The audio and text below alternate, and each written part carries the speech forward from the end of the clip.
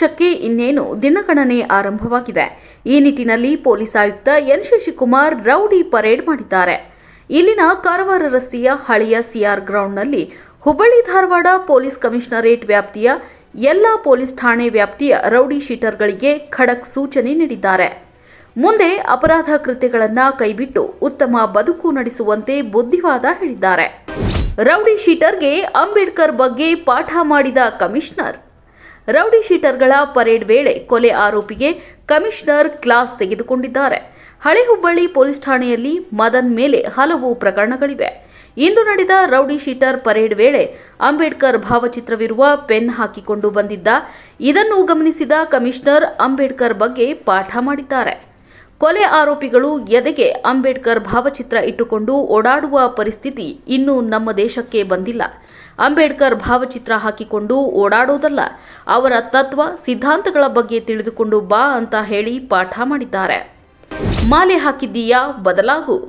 ಇದೇ ವೇಳೆ ಧಾರವಾಡ ವಿದ್ಯಾಗಿರಿ ಠಾಣೆ ವ್ಯಾಪ್ತಿಯ ಕೆಲವು ರೌಡಿ ಶೀಟರ್ಗಳು ಅಯ್ಯಪ್ಪ ಮಾಲೆಯನ್ನ ಹಾಕಿಕೊಂಡು ಬಂದಿದ್ರು.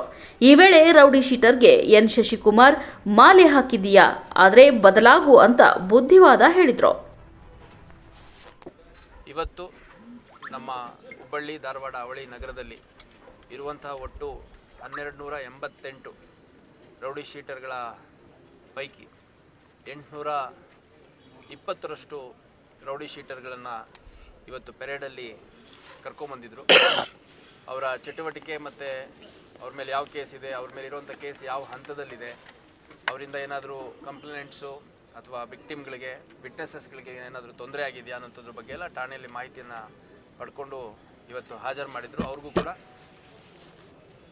ಒಳ್ಳೆಯ ರೀತಿಯಲ್ಲಿರಬೇಕು, ಮುಖ್ಯವಾಹಿನಿಗೆ ಬರಲಿಕ್ಕೆ ಪ್ರಯತ್ನ ಮಾಡಬೇಕು.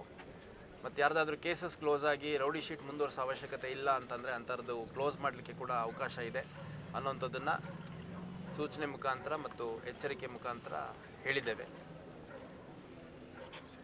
ನಮ್ಮಲ್ಲಿರುವಂಥ ಎಲ್ಲ ರೌಡಿ ಶೀಟರ್ಗಳ ಮೇಲೆ ಈಗಾಗಲೇ ಮುಂಜಾಗ್ರತಾ ಕ್ರಮವಾಗಿ ಪ್ರಿವೆಂಟಿವ್ ಕೇಸಸನ್ನು ಮಾಡಿದ್ದೇವೆ.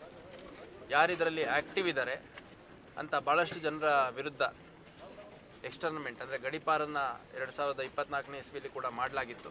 ಅಗತ್ಯ ಬಿದ್ದ ಕಡೆ 25ರಲ್ಲೂ ಕೂಡ ಆ ಒಂದು ಕೆಲಸ ಮುಂದುವರಿಯುತ್ತೆ. ಈಗಾಗಲೇ ಸಾಕಷ್ಟು ಪ್ರಪೋಸಲ್ಸನ್ನು ನಮ್ಮ ಅಧಿಕಾರಿಗಳು ತಯಾರು ಮಾಡ್ಕೊಂಡಿದ್ದಾರೆ. ಅದರಲ್ಲಿ ಯಾವುದು ಅಗತ್ಯ ಇದೆ ಅಂತಂದು ಅನಿಸುತ್ತೆ ಅಂಥವ್ರ ವಿರುದ್ಧ ಗಡೀಪಾರು ಅಥವಾ ಗೂಂಡಾ ಆ್ಯಕ್ಟ್ ಹಾಕುವಂಥ ಒಂದು ಪ್ರಕ್ರಿಯೆಯನ್ನು ಕೂಡ ಜಾರಿ ಮಾಡ್ತಾ ಇದ್ದೇವೆ. ಸೊ ಇಷ್ಟಾಗಿಯೂ ಹೊಸ ವರ್ಷದ ಆಚರಣೆ ಹಿನ್ನೆಲೆಯಲ್ಲಿ ಪಬ್ಲಿಕ್ ಅಡ್ರೆಸ್ ಸಿಸ್ಟಮ್ ಯೂಸ್ ಮಾಡುವಂಥದ್ದು ಇರ್ಬೋದು, ಲಿಕ್ಕರ್ ಪರ್ಮಿಷನ್ಸ್ ಇರ್ಬೋದು, ಅದು as per the guidelines of the government ಏನಿದೆ ಆ ಪ್ರಕಾರ ಇರುತ್ತೆ. ಅದನ್ನು ಯಾರು ವೈಲೇಟ್ ಮಾಡಬಾರ್ದು ಅಂತಂದು ಠಾಣಾವಾರು ನಾವು ಸಭೆಯನ್ನು ಮಾಡಿ